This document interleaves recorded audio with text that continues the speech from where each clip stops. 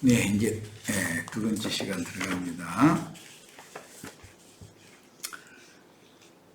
3페이지 중반부터 봅니다. 의심의 소재에 관한 말씀은 천연적인 인간의 관념으로는 이해하기 어려운 율법 말씀인데, 아내가 혹시 실행하였는지 여부를 의심받을 때는 남편이 아내를 데리고 제사장에게로 가되 아내가 보리가루 10분 1에바를 제물로 드리게 하여 아내를 제사장한테 고소를 하라는 그런 내용입니다. 문자대로 하자면 아내를 제사장한테 가서 재판장한테 가서 고소해놓고 나서 또 다시 산다는 건 말도 안 되는 거예요. 있을 수가 없는 일이지. 그런데 왜 성경에 그렇게 어리석은 것 같은 말씀이 왜 기록이 됐을까? 이건 주님은 필요사신 당신의 백성들의 신앙을 항상 의심할 수밖에 없다. 왜냐하면 세상에 많은 다른 영들이 너무 혼잡하게 하기 때문에, 그러니까 영을 옳게 분별하고 진리의 신앙만을 꼭 순결을 지켜라, 그걸 말하고자 하는 것이 목적이라 하는 거예요. 문자를 읽으면 큰일 나는 거죠, 이런 말씀.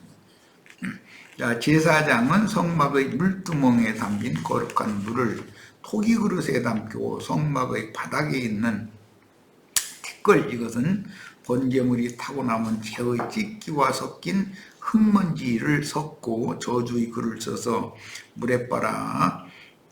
율법이라는 것은 전부 사람을 정죄하고 심판에 넘기는 거에 이제 그게 저주의 글인데, 그 저주의 말씀을 물에 탄다는 것은 혼잡한 영이 되겠죠, 당연히. 복의 말씀이 아니라 저주의 말씀이니까 이게. 자, 여인에게 마시게 하고 그 여인의 손에서 소잼을 한 움큼을 취하여 제단에 던져 살으라는 것입니다. 아내를 의심하는 이런 율법은 하나님께서 구속하신 백성들이 다른 신들을 그 마음에 담고 있으면서 율법 제도를 행함으로 위선적으로 거룩하고 의로운 채 하는 경우 남편이신 하나님께서 아내로 취한 백성들의 신앙이 진실한 여부를 의심할 수밖에 없다는 것을 비유적으로 한 가정의 남편과 아내의 관계로 정하신 율법입니다. 히브리인들은 꼭 기혼 관계만을 말하는 것이 아니에요. 약혼만 했어도 기혼자와 똑같이 취급을 하긴 하는 거예요. 첫 시간에도 잠깐 말씀드렸지만, 기독교계가 아무 분별 없이 뱀의 교훈을 다른 시를 이렇게 여과 없이 받아들인 것은 가장 큰 중심이 삼일체 교리죠. 그런데 그 삼일체 교리를 반대하면 이단자가 되어버리는 거예요. 기독교계는 발붙일 틈을 주지를 않으니까. 이제 우리는 이런 데서 뭘 생각해야 되냐, 유일하신 참 하나님과 그 유일하신 참 하나님께서 행하신 일을 구분해야 된다. 하나님 자신은 유일한 한 분이죠. 그분이 말씀이 육신이 되어 오셨고, 그 다음에 마지막 아담은 살려주는 영이 되셔서 재림하셨고, 그런 것은 그 유일하신 하나님이 우리를 구원하기 위해 하시는 일들이지, 그런 모든 관계들을 합쳐서 삼위 하나님이다 이렇게 말하면 그거는 안 맞는다는 거예요. 하나님은 유일한 한 분인데 그분께서 우리를 구원하기 위하여 여러 가지 방법으로 일을 한다 이 말이에요. 그래서 새 일을 자꾸 행하시는 거 아니야. 그러니까 하나님이 하시는 일과 하나님 자신에 대해서 혼동하면 안 된다. 남편과 남편이 하는 일을 혼동하면 안 되는 거죠. 그죠? 내가 지금 하는 말을 우리 집체들은 충분히 잘 소화하고 이해해서 사람들을 만나면 이걸 가르쳐야 돼. 하나님 한 분 하나님 뿐이고, 하나님이 삼위 하나님 그런 소리 하지도 말고, 그 유일한 하나님이 우리를 구원하기 위하여 여러 가지 방법으로 이 모양 저 모양으로 많은 일을 하시는데, 인자의 모습으로 오셔서 대속제물로 드려 죽임을 당하시고 마지막 아담으로 살려주는 영이 돼서 지금 영을 성령이 재림하셔가지고 우리 속에 들어와서 이제 우리를 살렸는데 그게 유일하신 하나님께서 하신 일이다. 하나님과 하나님이 하신 일은 다른 얘기죠. 하나님은 하나님이 누군가에 대한 본질을 말하는 것이고 하나님께서 하시는 일을 갖다가 삼위일체 하나님이 이래가면서 오면은 얼마나 혼잡해 이게. 이렇게 혼잡한 것 중에 제일 특징이 삼위일체 하나님이라는 것 주장 때문에 내가 하나님과 하나님께서 행하시는 일을 구분을 해라. 내가 이거 역부로 말하는 거예요. 성막의 바닥에는 항상 번제물을 태워야 했으므로 제가 티끌로 날려 성막 바닥을 항상 더럽히게 마련인데 이런 경우는 구속받아 거룩하게 분별되고 하나님께 드려진 성도들의 마음이 외식으로 의문의 율법을 지키지만 사실은 항상 육체의 욕심을 부추기는 다른 신들에 의하여 더럽힘을 당할 소지가 있다는 것을 말해주는 것입니다. 혼인관계 중에 있는 아내가 남편에게 실행하여 태를 더럽혔는지 여부를 의심받는다는 것은 아내가 의심받는 건 다른 교리를 다른 말씀을 여과 없이 받아들였는지를 유일하신 하나님은 계속 살펴본다는 거예요. 그러니까 어떤 사람만 살펴보고 나는 살펴보지 않을 수는 없는 거죠. 항상 말씀을 듣고 말씀을 읽을 때는 영분별을 옳게 할 줄 알아야 되고 순결한 신앙을 지킬 줄 알아야죠. 그제 미주 집회 때 내가 어떤 질문이 있어서 이제 설명을 하다가 사람은 내적인 면이 있고 외적인 면이 있는데 그게 사람이 영과 혼과 몸으로 세 부분으로 되어 있단 말이야. 그래서 창세기 1장 1절에서 그게 기인하는 거다. 쌍수의 하늘뜰이 있는데 그것은 성막법이나 성전법에서는 네 겹의 덮개가 덮여있는 포장이 덮여있는 거기를 성수와 지성수라고 그러는데 지성소나 성소는 정사각형이지만 정사각형 두 개를 이어놓으면 직사각형이 됐잖아요. 그래도 그게 짝이다 이거예요. 짝수단 말이에요. 지성소와 성소는 원래 하나야 되는 거예요. 그게. 그런데 분리가 돼 있거든. 그것은 무슨 뜻이에요? 예수 그리스도의 성령께서 오셔서 육체를 아직 심판을 하지 않았다는 뜻이잖아요. 천연적인 사람은 영혼 몸으로 돼 있으니까 이제 구속을 받으면 영과 혼은 하나단 말이에요. 짝이지만 남편과 아내잖아 그거는.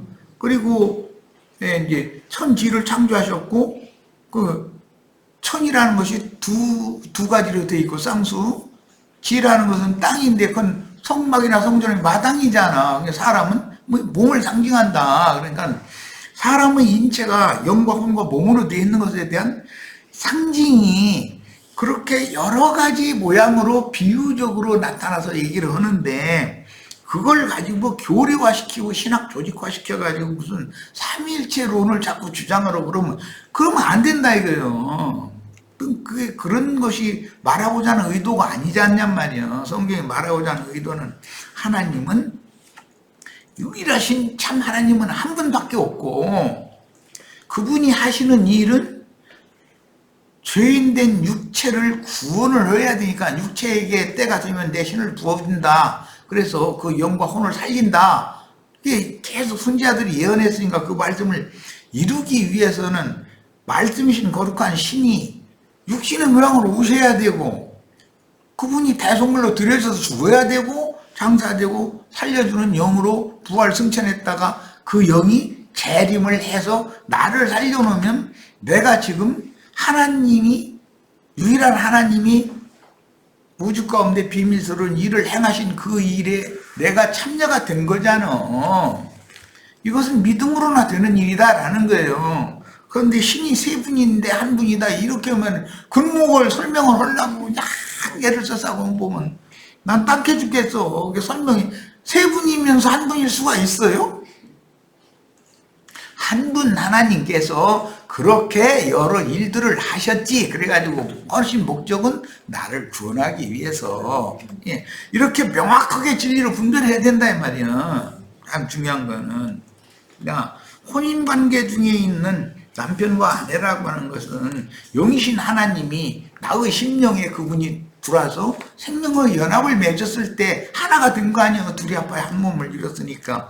이것을 설명을 하다 보니 오늘 우리가 나누는 레위기 5장과 같이 이상한 말로 나처럼 성경을 이해하고 읽으면 그 너무 당연 말씀인데, 그럼 그 천연적인 사람은 누구 여자는 억울하네 이러면 막 이런다 이거요. 그것은 왜 그래? 거듭나지 않았기 때문에 영일이 안 보이는 거 이게. 그래서 그래. 혼인관계 중에 있는 아내가 남편에게 실행하여 태를 더럽혔는지 여부를 의심받는다는 것은 인간 세상에서라면 있을 수가 없는 일이다. 그렇게 불안한 아내를 어떻게 데리고 살아? 아예 갈 수고 말지. 그 불안해서 어떻게 살아 날마다. 하루 이틀도 아니고. 이것은 세상사가 아니다는 말이야. 그러니까 결국은 설사 순결성을 유지했음을 증명받았을지라도 우리 재판장한테 가서 내가 고소할 때 같이 가서 한번 검사받자고, 아니 이러고 나서 또 아무 해가 없으니까 아예 이제 당신 문제 없으니까 같이 살아도 된다고 그러면 내가 아니라면 난 안 살아. 미쳤느냐고 막. 내가 당신 같은 사람은 어떻게 사냐고 그러고. 그러니까 그 얘기가 아니다. 이것은 모두 예수님이 우리 같은 죄인을 구속을 하시고 나서는 우리가 신앙의 정결성, 순결성을 잘 지키는지 끝날까지 이것을 항상 살펴보게 하신다 그 말이지. 야, 부부관계랑 가장 중요한 것이 상호간의 신의를 지키는 것인데 그 불안하면 못 사는 거지 뭐. 아니 아내 지키느라고 일하러도 못 가고 그럼 어떻게 살아 그러고.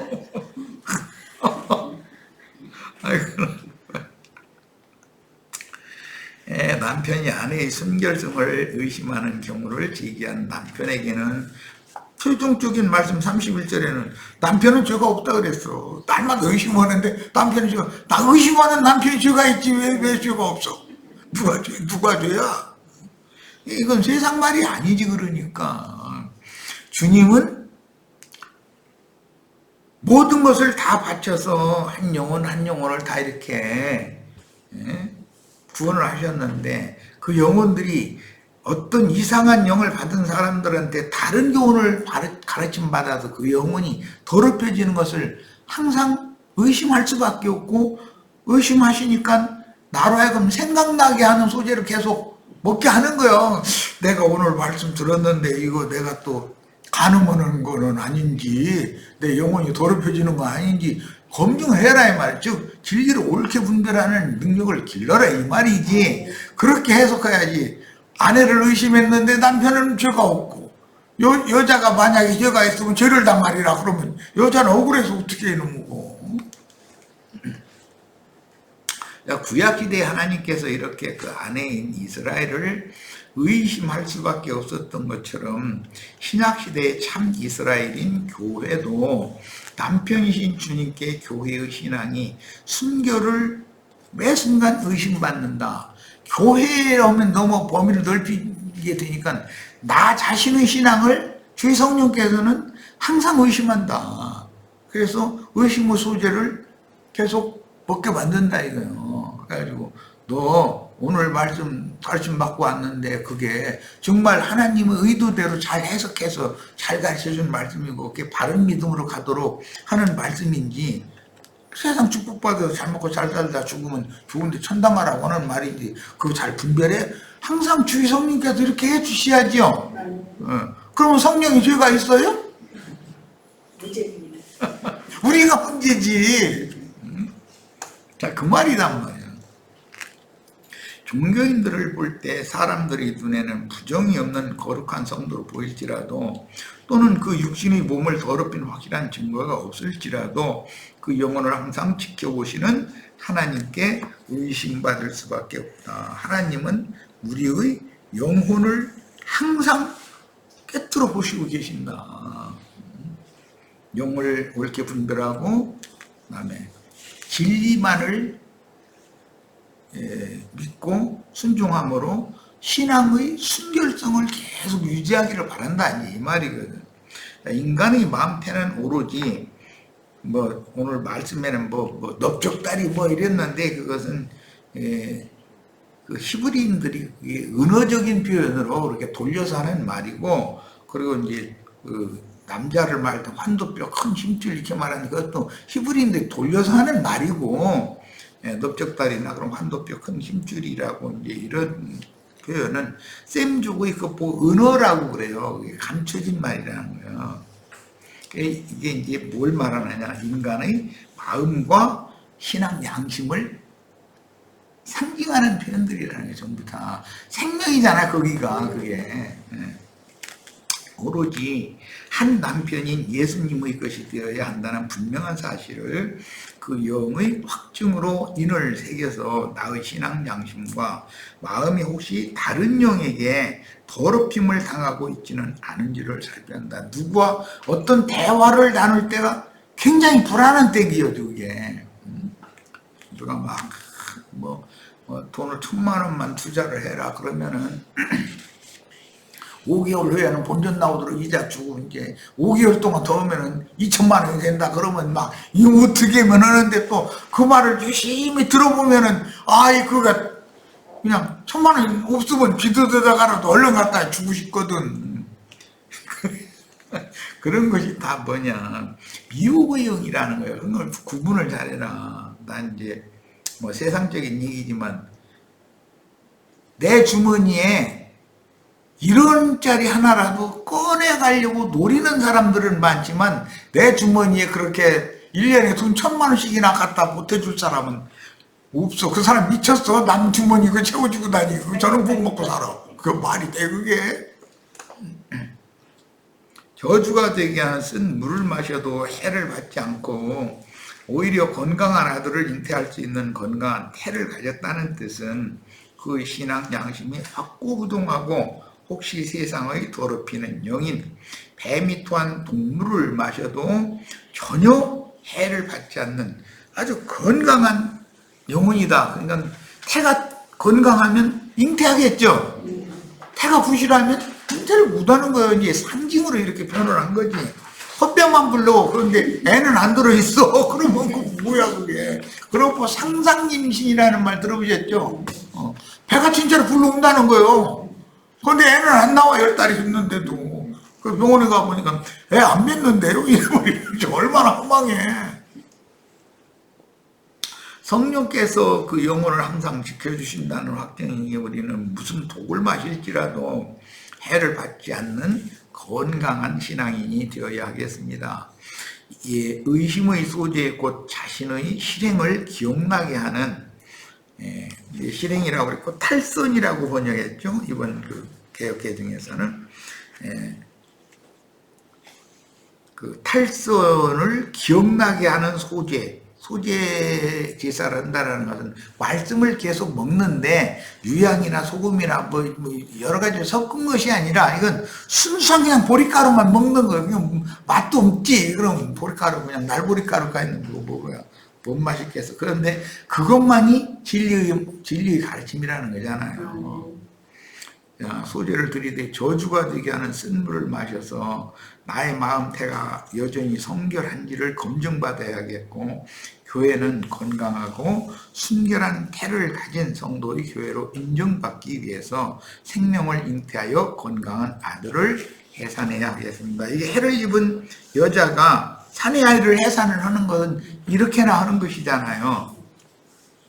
자, 이제 민수기 5장 12-13절 만일 어떤 사람의 아내가 탈선하여 남편에게 신의를 저버렸고 한 남자가 그 여자와 동침하였으나 그 남편의 눈에 숨겨 드러나지도 않았고 그 여자의 더러워진 일에 증인도 없고 그가 잡히지 아니하였어도, 참 복잡해. 그러죠. 기독교인들 확실하게 당신은 무슨 뭐 교리가 뭐 잘못된 걸 지금 엉뚱한 거 믿고 있고, 당신 죽지도 않고 뭐 휴거돼서 어디 가고 뭐 죽은 다음에는 혹시 휴거 볼 때면 천당이라는 데로 좋은 데로 간다고 하는 거죠. 헛바람 들어있는 거지 지금. 헛배부른 거예요 그거는. 그런 사람 속에서 무슨 생명이 해산되겠어. 자, 이제 저 뒤로 가겠습니다. 이제 많은 설명을 했으니까 레위기 20장 10절 6페이지 상단에서 봅니다.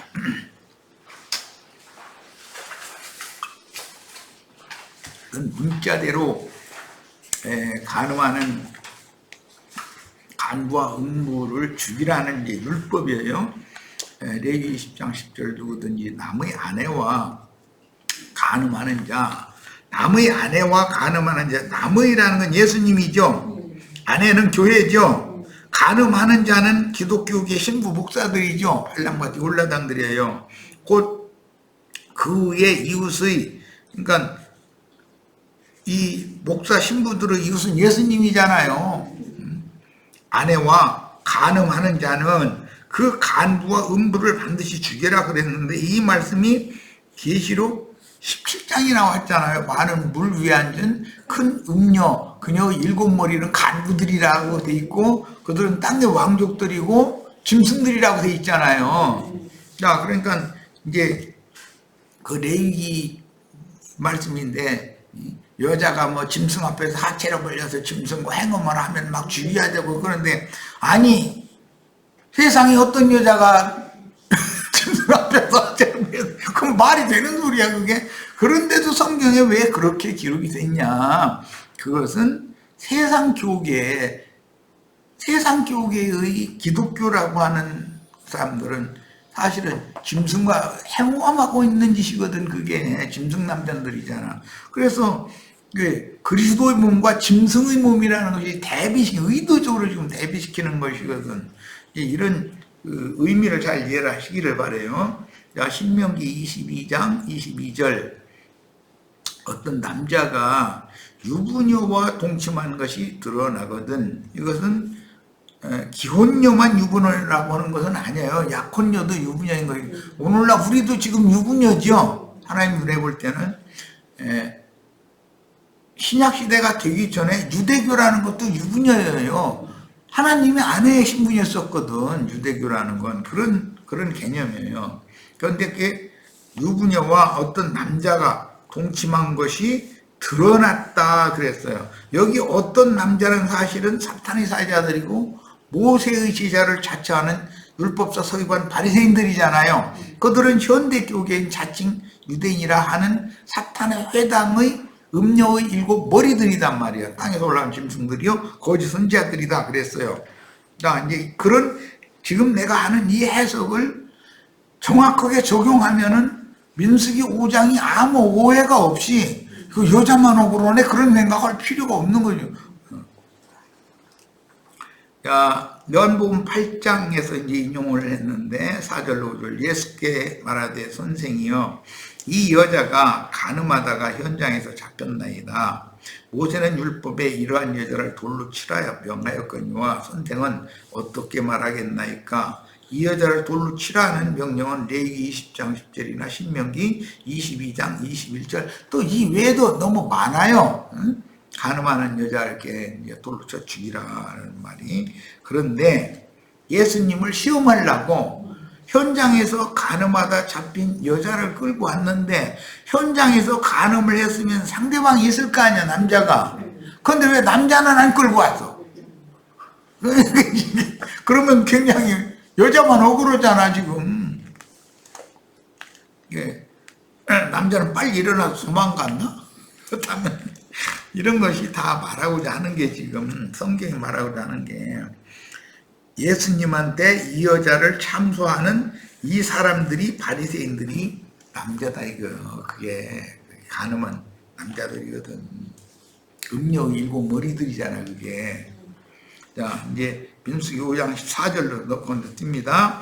그 남편이 의심이 생겨 그 아내를 의심하였는데 그의 아내가 더럽혀졌거나 또는 그 남편이 의심이 생겨 그 아내를 의심하였으나 그 아내가 더럽혀지지 아니하였거든. 그러니까 더럽혀진 사람들이 대다수이지만 정절을 순결을 지키는 여자가 소수가 감춰져 있는 거지. 항상 매 세대마다 이사야 선지자 때도 예레미야 선지자 때도 에스겔 선지자 때도 다 소수는 감춰져 있는 거예요 지금.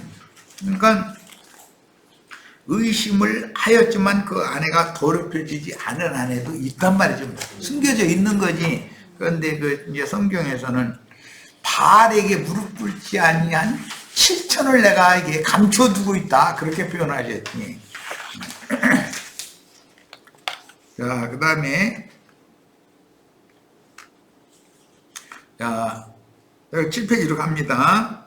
의심 생긴 얘기를 할 거예요. 이제 이 말 직역하면은 질투의 영이 일어났다 이제 그 말이에요.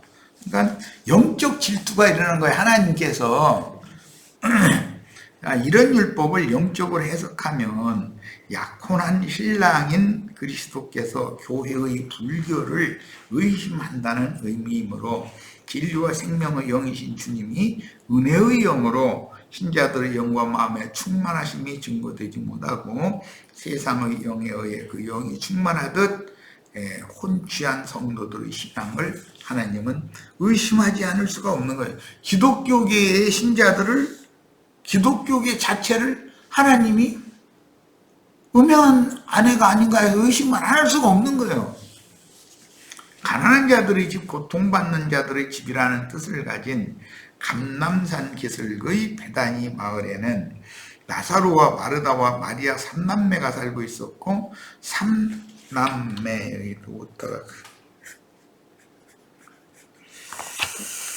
3남매 가정의 가장인 나사로는 죽은 지가 나흘이나 되었으나 무덤에서 불러내신 주님에 의해 살아났습니다.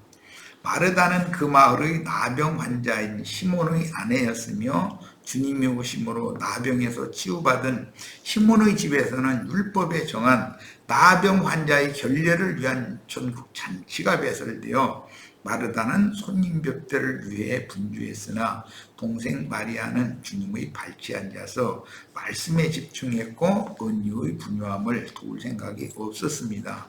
신분상으로는 처녀인 마리아는 온 동네 사람이 다 아는 죄인이었으며 시몬까지도 자기 집에 식사 초대를 받아 오신 주님의 행동을 의심하며 예수님이 선지자라면 그녀가 어떤 죄인인지를 알았을 것이라고 심중에 말했습니다. 그런데 사람 마음속을 다 들어보시는 분이에요. 그녀를 스스럼 없이 대하니 사람으로 대우를 처음 받은 마리아가 큰 감명을 받고 온 동네 사람들이 그 마리아라는 여자 저 사람은 어떤 죄인인 것을 다 알고 있으니까 사람 취급을 안고 벌레 대하듯 했을 거 아니야. 이렇게 좀 안 좋게.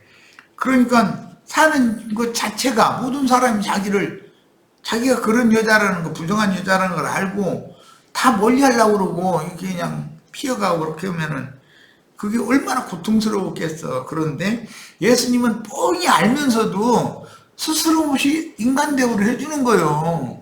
그러니까 이 사람이 얼마나 감동이 크겠냐 이거예요. 사람 대우를 예수님한테 처음 받아보니까.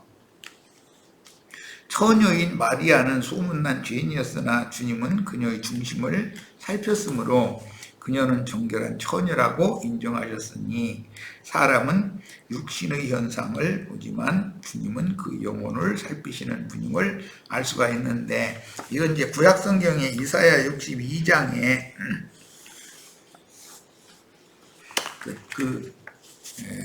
쫄라와 헵시바라고 하는 그 두 여자 나오죠.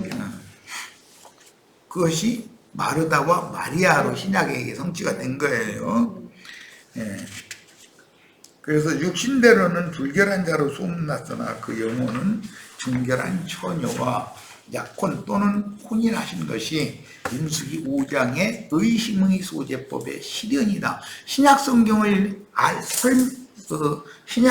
바르게 이해하고 설명하려면 구약 성경을 알아야 되는 거예요. 이게 어떤 의도로 이런 말씀이 신약에 나오는지를, 신약은 아주 간략하게 나오기 때문에 주님은 항상 사람을 외모로 판단하시지 않으며 각 사람의 중심을 살피심으로 누가 어떤 신앙을 세상 끝날까지, 곧 이방인의 충만함이 차는 날까지 그 영께서 지천사들과 함께 오는 새 세상에 다시 와서 세상 나라가 주와 그 그리스도의 나라가 되기까지 신앙의 정절을 지키는 요구에 따라서 그리스도의 심판대에서 상벌을 그분이 결정하실 것이다. 그러니까 이제 이렇게 말하면, 그럼 육신대로는 아무렇게 살아도 되냐, 또 이제 이렇게 따지면 안 된단 말이에요.